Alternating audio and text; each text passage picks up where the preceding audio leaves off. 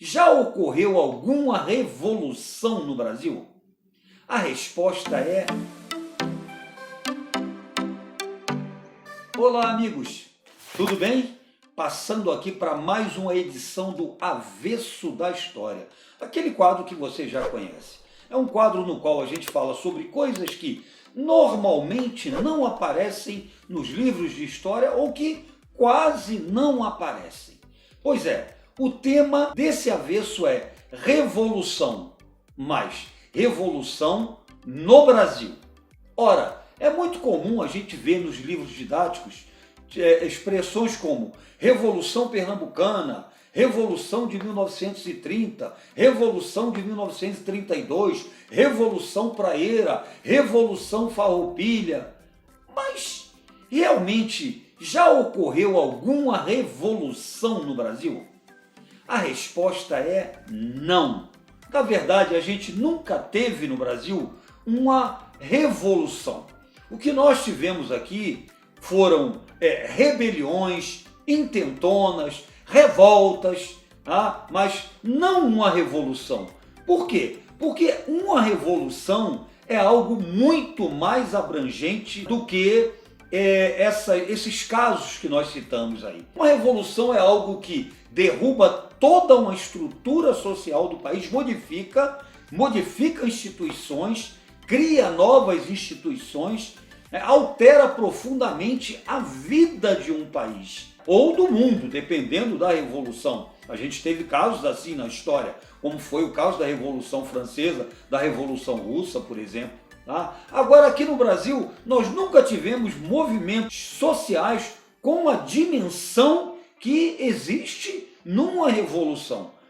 Em primeiro lugar, a adesão da população para um movimento social ser caracterizado como uma revolução, a adesão tem que ser maciça. A adesão da população urbana, da população rural. E aqui no Brasil, nós jamais tivemos nenhum movimento social com essas características.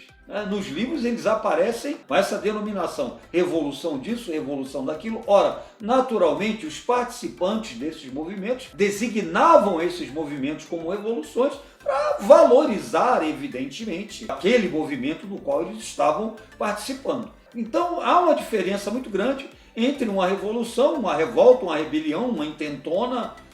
É muito diferente. Aqui no Brasil, nós já tivemos movimentos que resultaram em transformações profundas para o país? Tivemos sim. Foi o caso, por exemplo, da Revolução de 1930, foi o caso, por exemplo, da Proclamação da República, foi o caso, por exemplo, da Revolução de 1964, essas revoluções que, na verdade, foram golpes de Estado.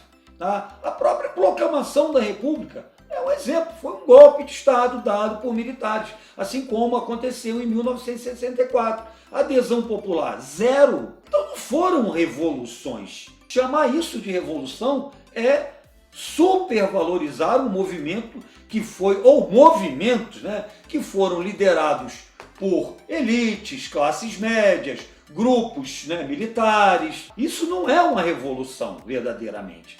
Até o nosso processo de independência, gente. Nosso processo de independência ele foi algo restrito, mudou o país. Claro, mudou muito politicamente, trouxe mudanças econômicas também, mas foi algo conduzido pela aristocracia rural, os grandes proprietários rurais, pelas classes médias.